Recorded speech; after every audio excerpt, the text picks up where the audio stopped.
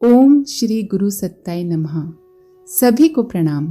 आज जानते हैं कि परमात्मा की शक्ति को गायत्री क्यों कहते हैं, गायत्री को आदि शक्ति क्यों कहते हैं और गायत्री का नाम वेद माता, देव माता और विश्व माता क्यों पड़ा। स्वयं परमात्मा तो मूल रूप में निराकार हैं, सब कुछ तटस्थ भाव से देखते हुए शांत अवस्था में रहते हैं।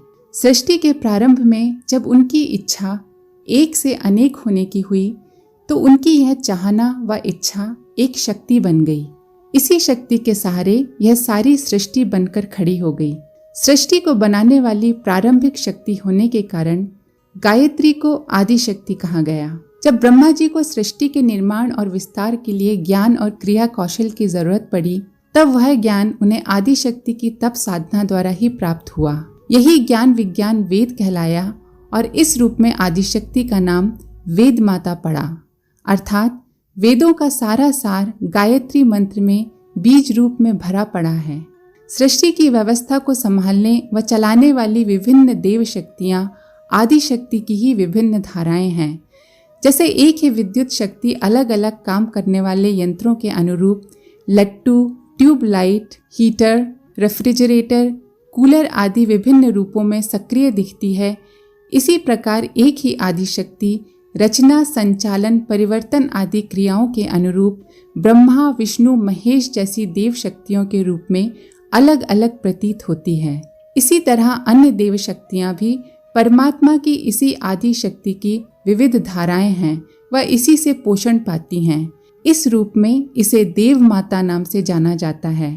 पूरी विश्व व्यवस्था के पीछे और अंदर जो एक संतुलन और सुव्यवस्था दिख रही है, वह गायत्री शक्ति का ही काम है। इसी की प्रेरणा से विश्व ब्रह्मांड की सारी हलचलें किसी विशेष उद्देश्य के साथ अपनी महायात्रा पर आगे बढ़ रही हैं। गायत्री परब्रह्म की तेजोमय सत्ता है। गायत्री परमात्मा की वह इच्छा शक्ति है जिसके कारण सारी सृष्टि चल रही है। छोटे से परमाणु से लेकर विश्व ब्रह्मांड तक व नदी पर्वतों से लेकर पृथ्वी, चांद व सूर्य तक सभी उसी की शक्ति के प्रभाव से गतिशील हैं। वृक्ष वनस्पतियों में जीवन की तरंगे उसी के कारण उठ रही हैं। अन्य प्राणियों में उसका उतना ही अंश मौजूद है जिससे कि उनका काम आसानी से चल सके। मनुष्य में उसकी हाजिरी सामान्य रूप से मस्तिष्क में बुद्धि के रूप में होती है। अपने जीवन निर्वाह और सुख सुविधा बढ़ाने का काम मनुष्य इसी के सहारे पूरा करता है। गायत्री साधना से यही सामान्य बुद्धि ऋतंभरा प्रज्ञा अर्थात सद्बुद्धि के रूप में प्रकट होती है। प्राणों को तारने वाली क्षमता के कारण आदि शक्ति गायत्री कहलाई। ऐतरेय ब्राह्मण ग्रंथ में इस अर्थ को स्पष्ट करते हुए लिखा गया है, गयान त्रायते स गायत्री, अर्थात जो गए अर्थात प्राण की रक्षा करती है वह गायत्री है। शंकराचार्य भाष्य में गायत्री शक्ति को स्पष्ट करते हुए कहा गया है, गीयते तत्वमनया गायत्रीति, अर्थात जिस विवेक बुद्धि ऋतंभरा प्रज्ञा से अज्ञान का नाश होता है और ज्ञान की प्राप्ति होती है वह गायत्री है।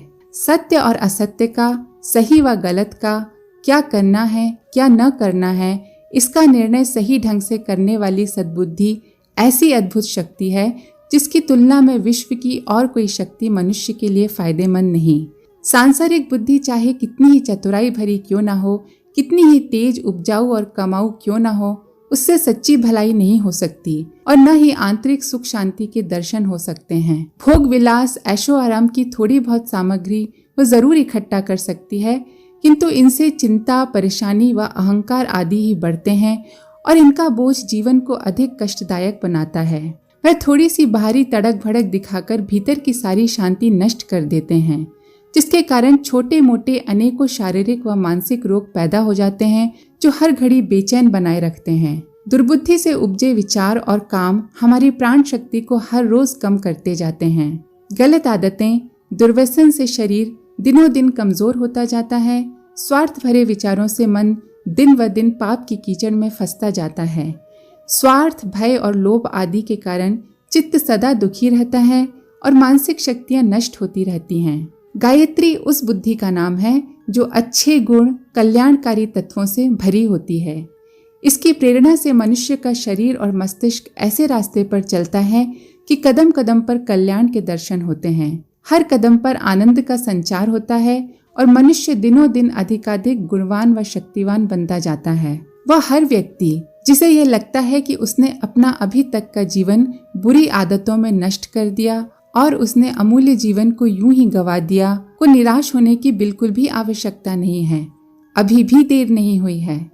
सिर्फ इतना करना है कि आदि शक्ति गायत्री के प्रकाश को अपने जीवन में उतार लेना है। गायत्री एक सच्चा सहारा है, एक आशापूर्ण संदेश है जो हर व्यक्ति में सद्बुद्धि को जगाकर बुराई की दलदल से उबारती है, प्राणों की रक्षा करती है व जीवन में सुख, शांति व आनंद का द्वार खोल देती है। आमतौर पर यह परमात्मा की दिव्य शक्ति मनुष्य के दिलो दिमाग की गहराई में सोई रहती है।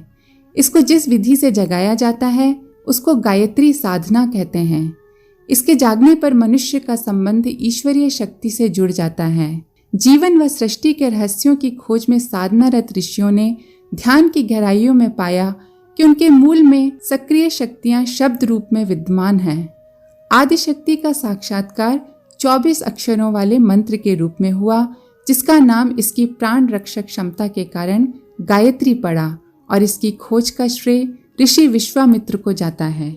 सारे विश्व की उत्पत्ति आदि शक्ति के गर्भ से हुई, अतः इसे विश्व माता नाम से भी जाना जाता है और इस रूप में माँ का कृपा पात्र व्यक्ति विश्व मानव बनकर वसुधैव कुटुंबकम अर्थात पूरा विश्व अपना परिवार है, इस उदार भाव में जीने लगता है।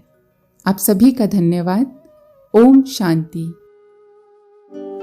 हमारे YouTube चैनल को सब्सक्राइब करें और बेल आइकन को दबाकर ऑल पर क्लिक करें ताकि नोटिफिकेशंस आपको मिलती रहें।